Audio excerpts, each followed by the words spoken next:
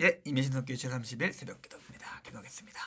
하나님 감사합니다. 주의 말씀 앞에 섭니다. 주의 말씀을 사모하며 묵상하며 주의 말씀 가운데 우리 삶을 세우고자 합니다. 이 시간 이 말씀 가운데 말씀 앞에서는 겸손한 당신의 백성에게 이 시간 우리 함께 하셔서 은혜와 능력으로서 채워 주시옵소서. 새롭게 하여 주시옵소서.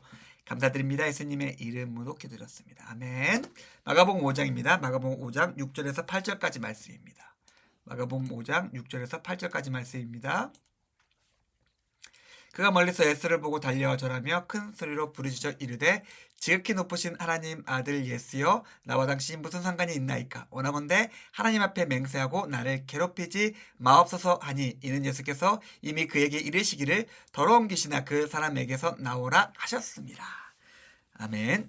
예, 날씨가 너무 무덥습니다. 너무 무덥습니다. 어제 자다가 도대체 몇 번을 깨는 건지 모르겠는데, 예, 그래서, 우리가 혹서기에는 제가 좀 라이트한 목상으로 타일 안 하고, 이렇게 예배를 말씀 나눔 인도하는데, 예, 그래도 너른 마음으로 양지해 주셨으면 좋겠고, 우리가 살펴보는 것처럼, 거라사 지방에 귀신 들린 사람이 있습니다. 무서운 사람이고, 되게 폭력적이고 거친 사람이었어요. 그리고 밤낮으로 사람들을 위협하고 있는데 이 사람이 예수님께 달려와서 절합니다. 여러 가지 생각해 볼 수 있는데 아무도 이 사람에게 다가가지 않았겠죠. 너무나 당연한 거죠. 가족이나 아주 아끼는 사람들이 먹을 것이나 그런 것들을 채워주기 위해서 갈 수는 있겠지만은 누구도 이 거칠고 험악하고 폭력적인 사람에게 다가가지 않았을 거예요.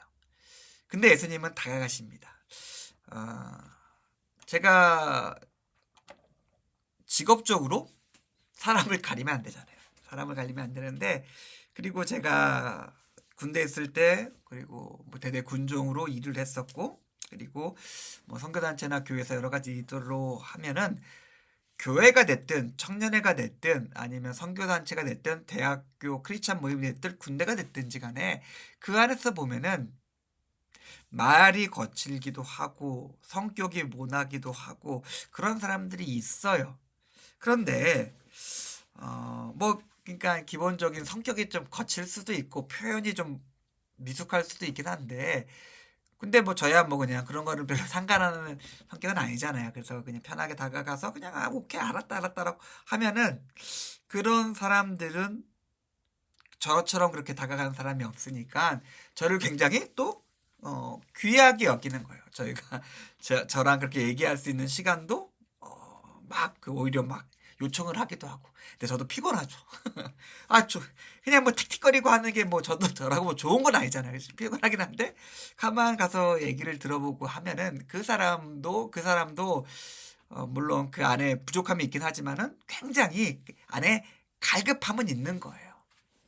조금 사람들과 편하게 지내고 싶다, 좋은 관계를 맺고 싶다는 마음이 없는 건 아니라는 것이죠.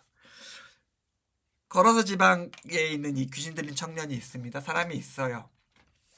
누구보다 폭력적이고 거친 사람이기 때문에 아무도 이 사람을 가까이 하려 하지 않았습니다. 근데 오늘 말씀을 보면은 그 앞과 뒤에 많은 것들이 생략되어 있긴 하지만은 예수님께서는 아마 이 사람에게 다가오신 것 같아요. 어떤 이유가 됐는지 모르겠지만은 그러니까 이 사람은 그냥 바로 퐁 하고 튀어나와서 예수님께서 달려온 거예요. 예수님, 저분이 나에게 오는 사람이 있네? 하고 달려오는 것이죠. 우리 안에도 갈급함은 있습니다. 우리 안에 미숙함이나 우리 안에 어떤 실수나 여러 가지 이유들로 말미암아 우리는 계속 실수하고 다른 사람들과 어려운 관계가 되기도 하지만은 우리 안에도 갈급함이 있어요. 제일 중요한 게 제일 중요한 것이 무엇이냐면은 그것을 가지고 솔직하고 정직하게 다른 사람들 앞에 보여줄 수 있으면 너무 좋겠지만은 우리가 그러지 못하잖아요. 그러니까 먼저 우리가 우리의 삶에 문제가 있다면 그것들을 가지고 다 받아주시는 그냥 그냥 있는 모습, 찬양의 가사처럼 있는 모습 그대로 나가서 틱틱거리고 부족하고 깨지고 뭐 폭력적이고 더럽고 음탕하고 뭐 그런 모습, 교만하고 그런 모습 그대로 다 받아주시는 주님 앞에 우리가 나갈 수 있다는 것이죠. 그래서 그분 앞에 나가서 그분 앞에 쏟아놓기만 한다면은 우리의 마음에 있었던, 우리의 삶과 영혼에 있었던 모든 문제들이 그분 앞에서 노임받고 해방받고 해결받고 구원받을 수 있다는 겁니다. 그런데 그에게 문제가 있었, 이 사람에게는 너무나 큰 문제가 있었습니다. 이 사람은 악한 영이, 귀신이 그의 마음과 영혼을 장악하고 있었어요. 그래서 예수님께 나와서 엎드려서 절하긴 했는데 그 7절의 말을 보면은 뭐야 이거? 라는 생각이 들어요. 하나님 앞에 맹세해서 나를 괴롭히지 마소서라고 예수님하고 딜을 하고 있는 거죠. 뭐 이런 녀석이. 왜요?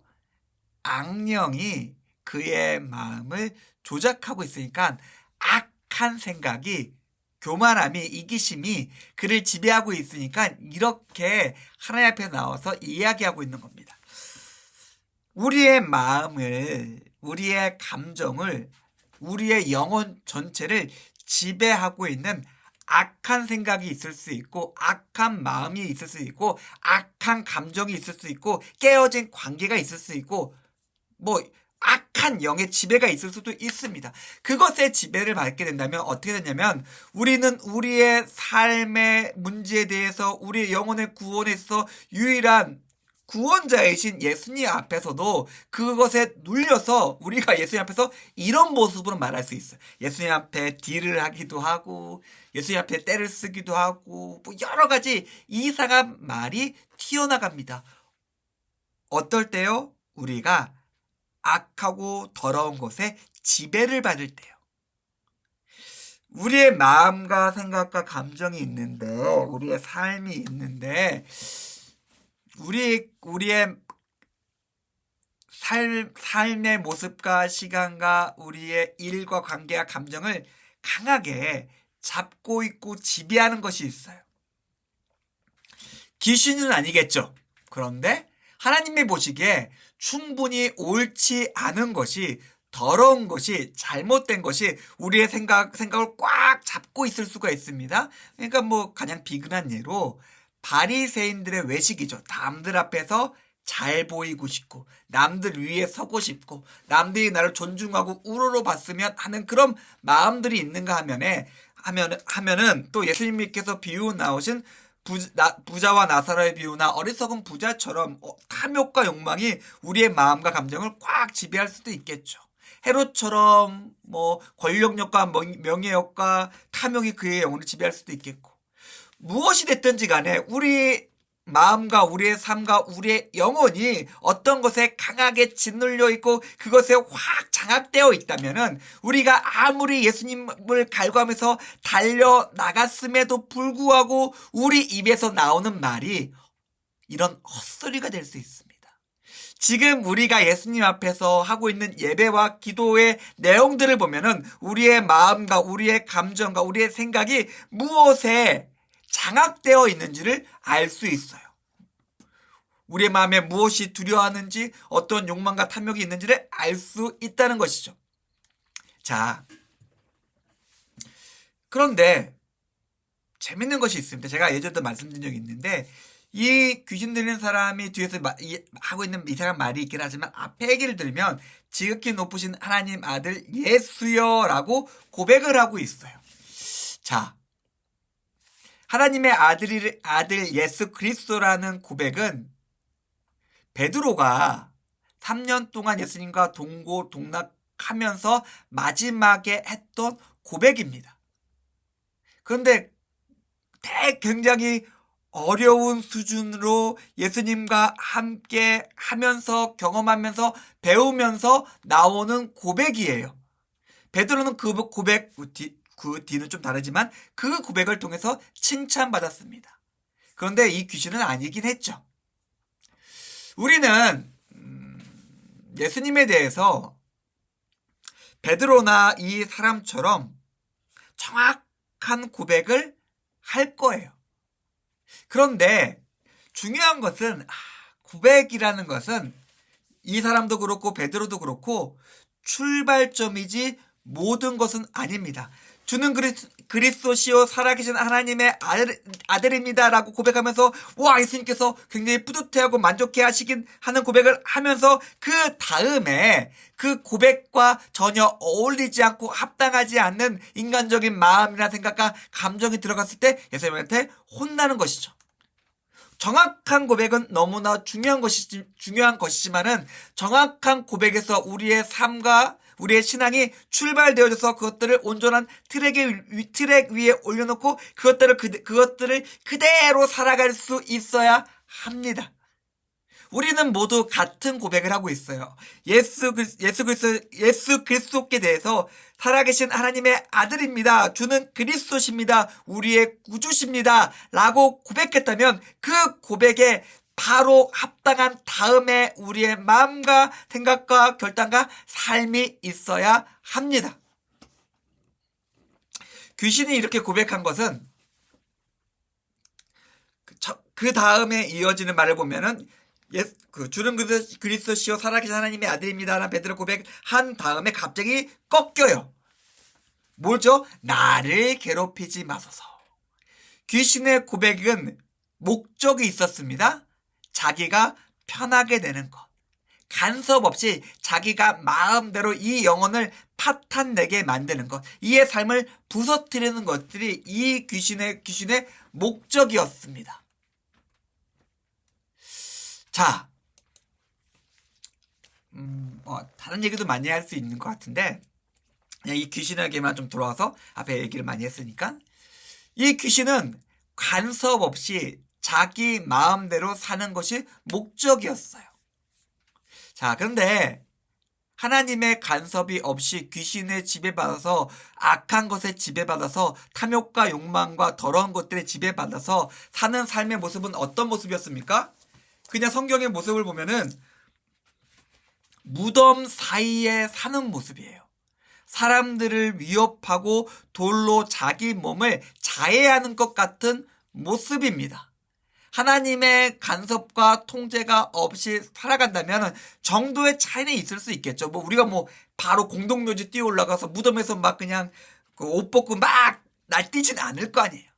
그러나 그런 모습은 아니겠지만은 사실상 성경적으로 봤을 때 이 말씀에 비추어 생각해 봤을 때 이 사람의 삶의 모습과 나의 모습엔 차이가 없습니다.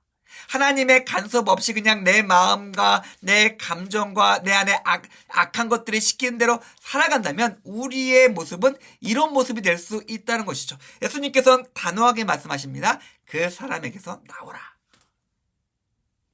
예수님께서 말씀하십니다.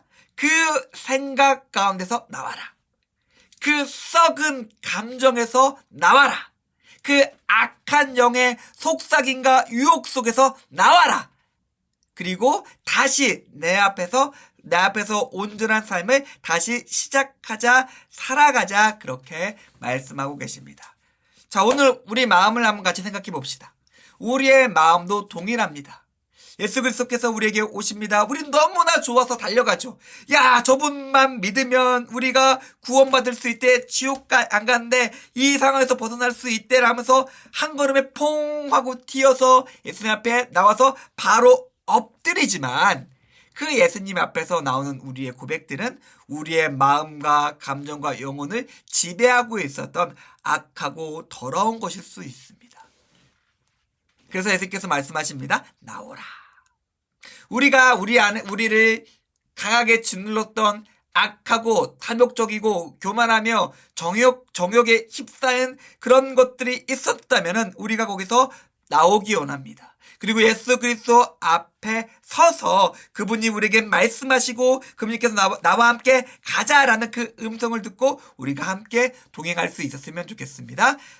우리의 마음을 다시 예수 그리스도 앞에 세우고 그분과 함께 동행하면서 승리하시는 임예신석교회 교우님들의 삶이 되기를 주님의 이름으로 축원드립니다. 기도하겠습니다. 하나님 감사합니다. 오늘 말씀을 통해서 우리의 마음과 삶의 중심에 대해서 생각해 보았습니다. 우리의 마음과 삶의 중심에 하나님 앞에서 온전히 살아갈 수 있게 우리 삶 가운데 함께해 주시옵소서. 감사드립니다. 예수님의 이름으로 기도드렸습니다. 아멘. 감사합니다.